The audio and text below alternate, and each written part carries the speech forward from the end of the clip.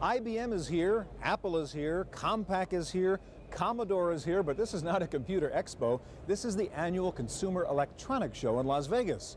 But guess what? It's a computer show anyhow, as entertainment electronics look more and more like computers, and computers look more and more like multimedia entertainment platforms. Today, we'll show you the neatest new gadgets at the Consumer Electronics Show on the special edition of the Computer Chronicles.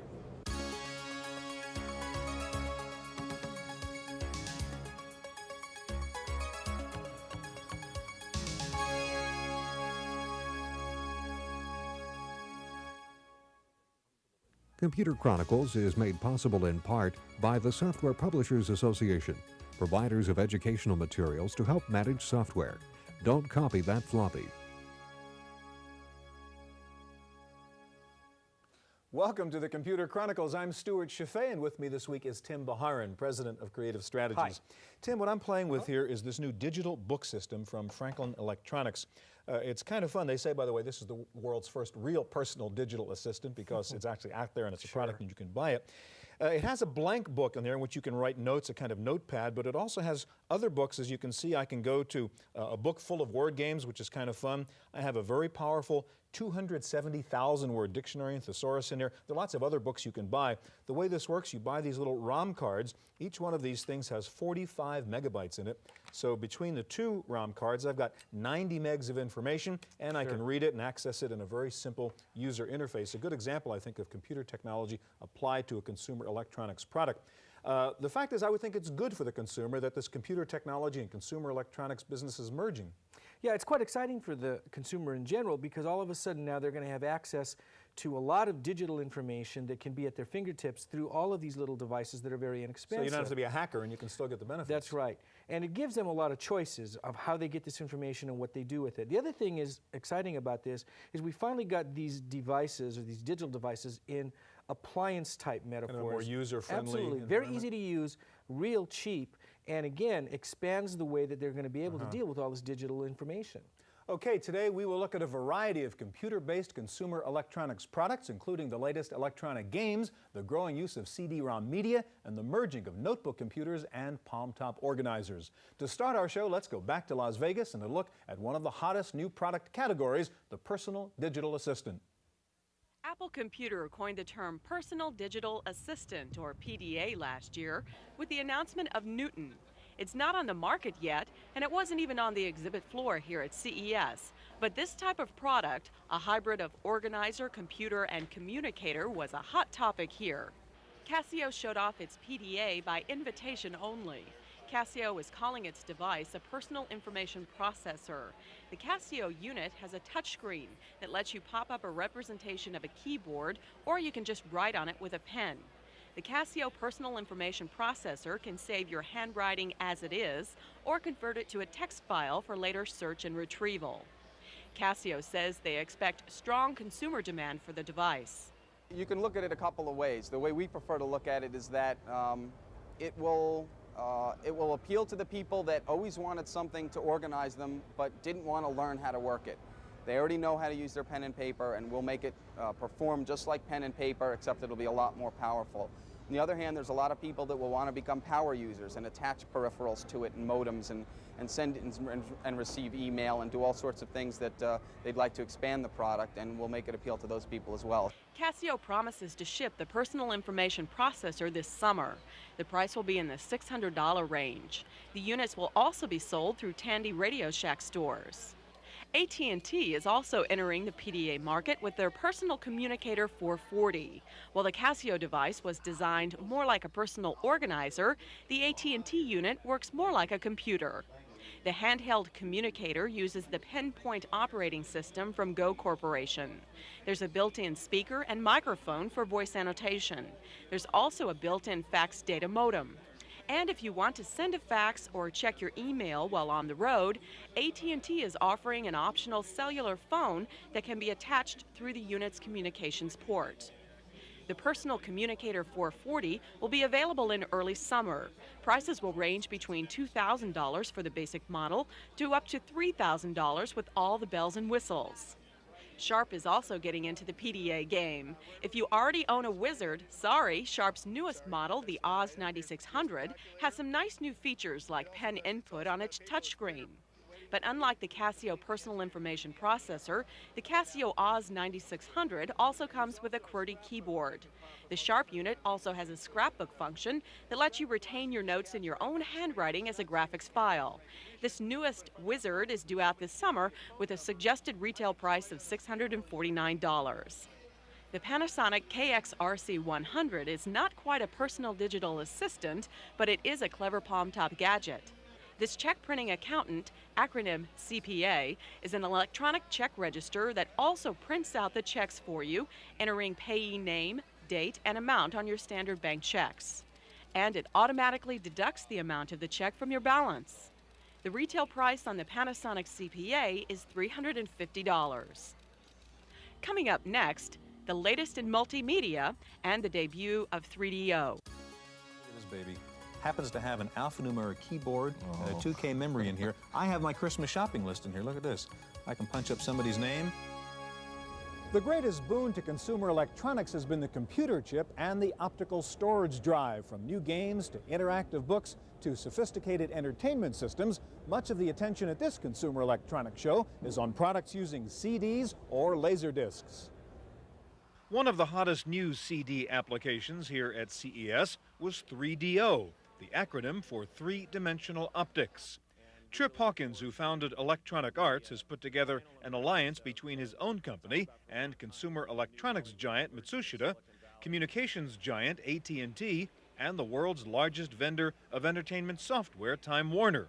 The result is a new standard for interactive multimedia. We really look forward to the final emergence of what I've talked about for a long time, which is the new Hollywood, the merging of Silicon Valley and traditional Hollywood, which you see represented on stage here today. With our filmmakers and television producers, and in fact people and talent in the music business, we find it possible for us to tell our stories, to develop our drama, to develop our characters, because of the graphics power. It's not just the numbers, and it's not just all of these boxes and what they contain. It really represents a very meaningful watershed for an entire software industry, and that is the software industry in Hollywood. When we saw potential of technology at 3DO, we are very encouraged to make a significant investment in 3DO. 3DO can process images 50 times faster than a PC or a video game console, thanks to custom animation processors which run in parallel. The system can process up to 64 million pixels per second. In addition to the graphics chips, the 3DO system also includes a custom digital processor for audio, a specialized video processor, and a 32-bit RISC processor for program control. The system also uses a double-speed CD-ROM drive for fast access. The net result is a lot of computing power that gives you smoother images, cleaner scaling, and texture mapping. 3DO calls it cinematic software. You'll see a new kind of interactivity. For example, there'll be movies that are done as a linear stream just like they are now. It's a storyline that has a set beginning and a set end. But now you'll begin to see what are called interactive pictures. These are stories where the storyline can change, or the perspective on how you view that particular story can change.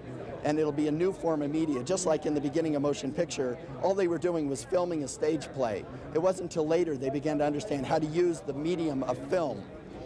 This is a new medium, and it'll take a couple of years before people really understand how to use a new medium like this.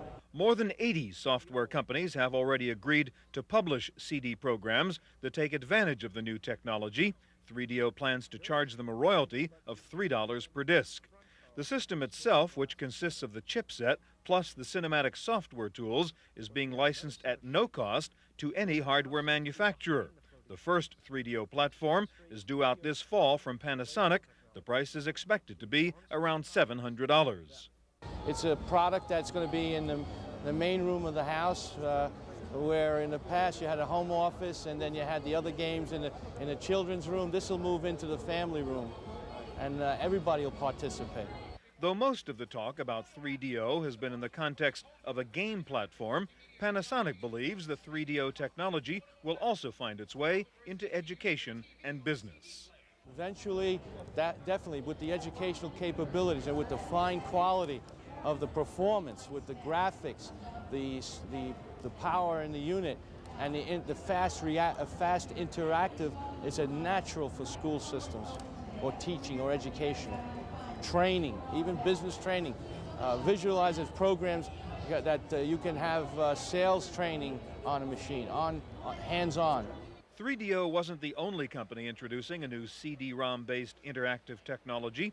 Pioneer, in cooperation with Sega and NEC, introduced their new system called Laser Active.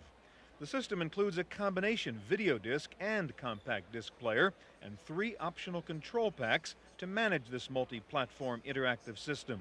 The Pioneer Laser Active dumps the video onto the laser disc and thus keeps all 540 megs of storage on the CD-ROM for the interactive application controller. Laser Active will offer interactive games, educational programs, and electronic publishing systems. Laser Active is due out this summer. No information yet on price. There were other major high-tech alliances at this CES.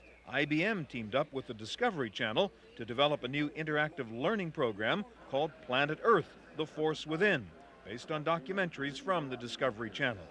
Like the Grand Canyon, is a revealing geological laboratory.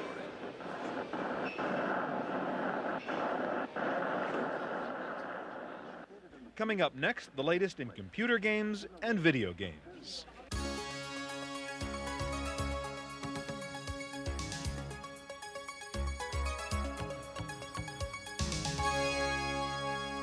Computer games may not seem the most important part of the high-tech industry, but because of the never-ending technology demands of game hardware and software, computer games, in fact, are leading the way in this inevitable merger of consumer electronics and computers.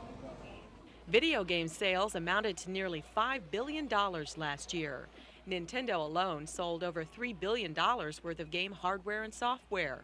Sega sold close to $1.5 billion worth. So the market for video game products is huge and growing. Sega has jumped on the CD bandwagon with a new Sega CD system that plugs into a Genesis console. Sega calls it Virtual VCR, with the ability to play back compressed video using actors in movie-like game scenes. This is Echo the Dolphin, the first Sega game to use DPA, or Dynamic Play Adjustment. The software automatically determines the skill level of the player and adjusts the gameplay level according to novice, intermediate, or advanced. A company called US Gold was touting CD-ROM quality without the cost of CD-ROM hardware. Flashback: The Quest for Identity is a cartridge-based game that includes 2,000 frames of animation running at 24 frames per second. Live actors were shot on film, and then the artists hand-illustrated the movements onto animation cells, which were then converted into computer graphics. The newest innovation in game input was the Activator. Sega introduced this full-body controller. You stand in a ring which is equipped with infrared sensors that communicate your body movements to the game. Tri-X also showed off a new ergonomically designed controller for heavy-duty game players. This is the TurboTouch 360 controller. No need to push down on direction buttons and risk repetitive strain injuries. With TurboTouch, you just move your fingers across the touch sensor pad to guide your game characters. The Aladdin Deck Enhancer was an innovative solution for owners of older 8-bit Nintendo game consoles. The Aladdin system dumps game control into one permanent cartridge and then puts only game-specific data on the actual game cartridge. The result is NES game cartridges for under $20.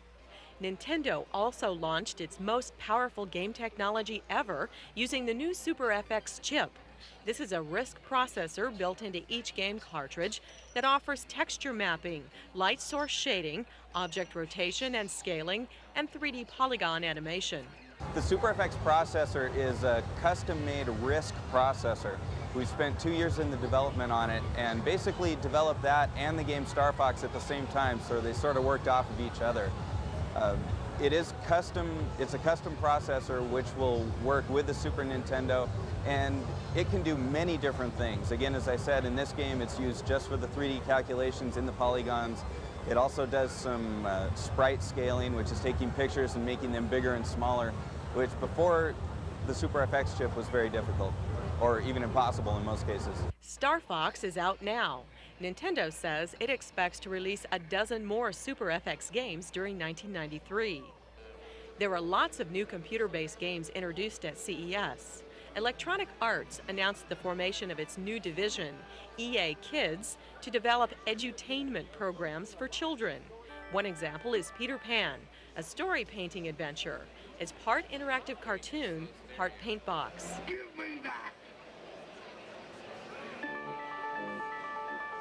Video Jam is another new title from EA Kids that lets children create and play animations set to music.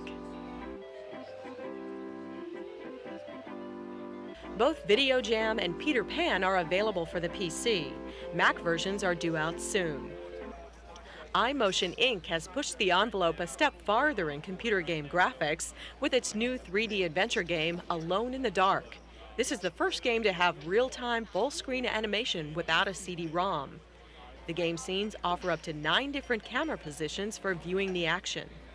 American Laser Games showed off its new arcade-style shoot-'em-up game, Mad Dog McCree, which lets you interact with the screen by using a laser-based gun.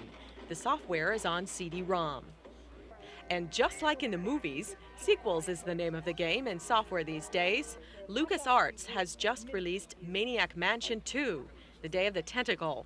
LucasArts describes it as the world's first completely interactive cartoon. Up next, video, audio, and virtual vision.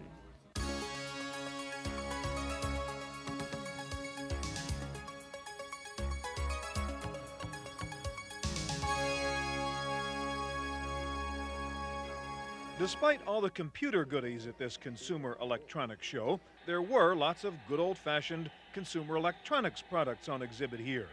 Noisy stereos for your car or van, telephones in every shape imaginable, and television sets for your car.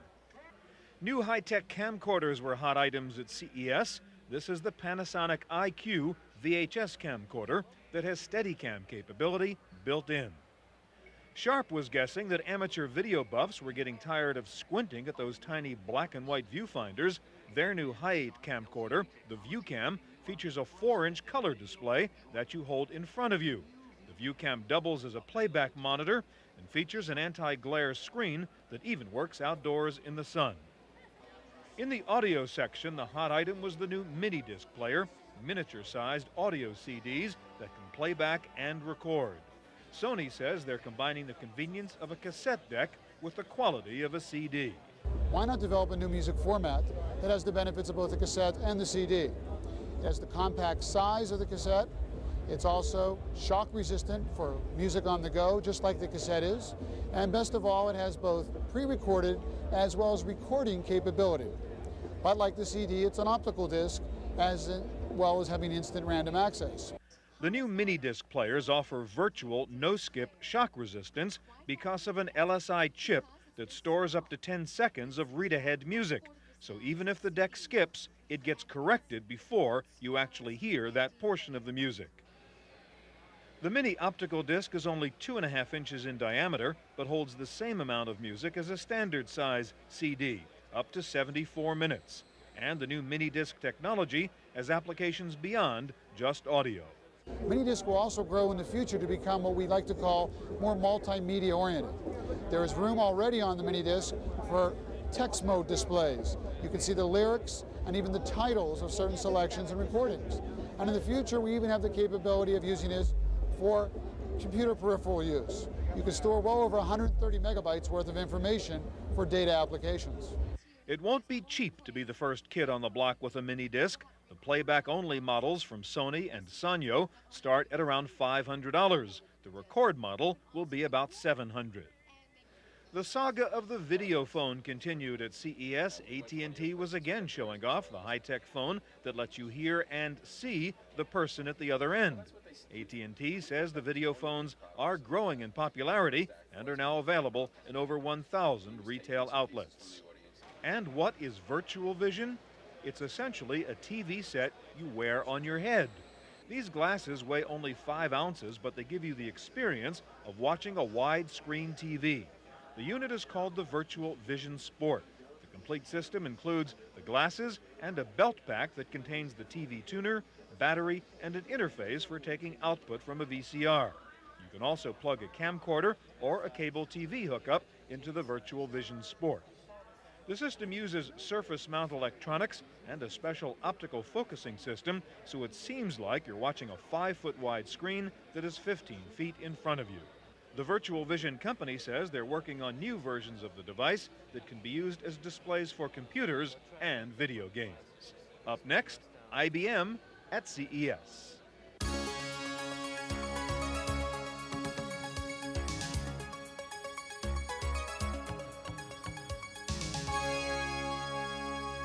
It's getting harder and harder to tell the difference between a computer show like Comdex and a consumer electronics show like this CES.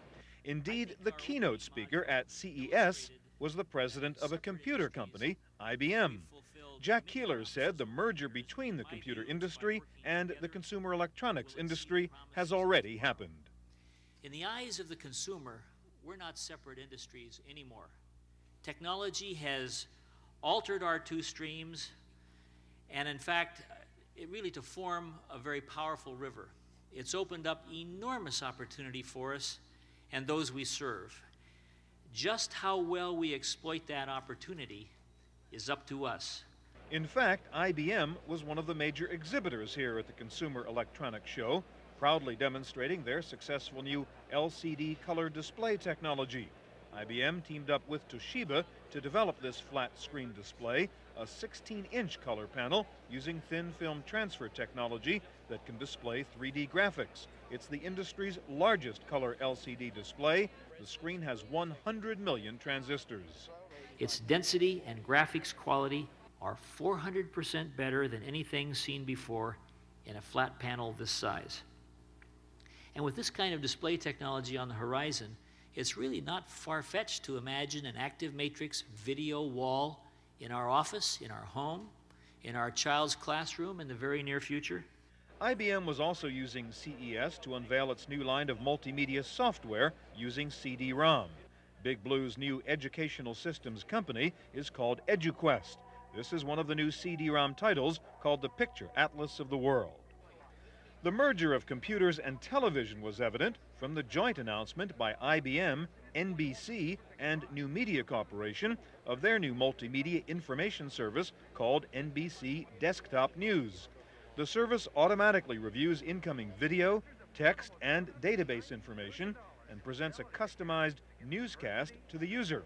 The news is delivered in a multimedia format on your desktop computer, but the interface looks more like a typical TV newscast rundown. IBM was also bragging about its ecological credentials. This is the so-called Green Machine, a PS2 computer with a small footprint that's made completely out of recyclable materials. It has no internal fans, and it consumes only 55 watts of power, less than a typical light bulb and 1/4 the energy required by a standard PC. Computer ergonomics was also in fashion at this CES with lots of computer furniture on exhibit. This is the Gusdorf ProView workstation. It's a unique design that puts the computer display underneath the desk. You view the monitor through a glare-free window built into the desk. Gusdorf says that reduces eye strain, neck pain, and fatigue. Plus, it lets you use all of your desktop. Even PC network products were on display at the Consumer Electronics Show. This is SwiftLAN, a bundle of 2 portable network adapters and software that lets you instantly create a 2-node peer-to-peer network between any pair of PCs. The network can be connected without opening up the computer, and there is no need for an external power source. Finally, Telcraft Industries bragged that its new pocket faxer will get into the Guinness Book of World Records as the world's smallest fax machine. It is pocket size and weighs less than 6 ounces. It is a paperless fax machine. You enter your document by typing on the keyboard and then send the file as a fax through a standard phone line. The pocket faxer also doubles as a portable data terminal and electronic mailbox. The overriding theme at this Consumer Electronics Show was that the merger of computer companies with consumer electronics companies will benefit the end user by combining the power of computer technology with the ease of use of consumer appliances. IBM's Jack Keeler called it a unique form of trickle-down technology. By combining our individual strengths, we have an opportunity together to create a world where entertainment and information is more mobile, more pervasive, more potent, more affordable, and a lot more fun. For the Computer Chronicles, I'm Stewart Cheifet. Computer Chronicles is made possible in part by the Software Publishers Association, providers of educational materials to help manage software. Don't copy that floppy. Video cassette copies of this program are available. Computer Chronicles also publishes a companion newsletter containing details on products demonstrated, plus background information on program topics. To order a video cassette or a subscription to the newsletter, call 1-800-366-9484 or write Computer Chronicles. Please specify program subject for tapes. All orders include a free software program for auditing software use and information on the definitive guide to keeping your organization's software legal.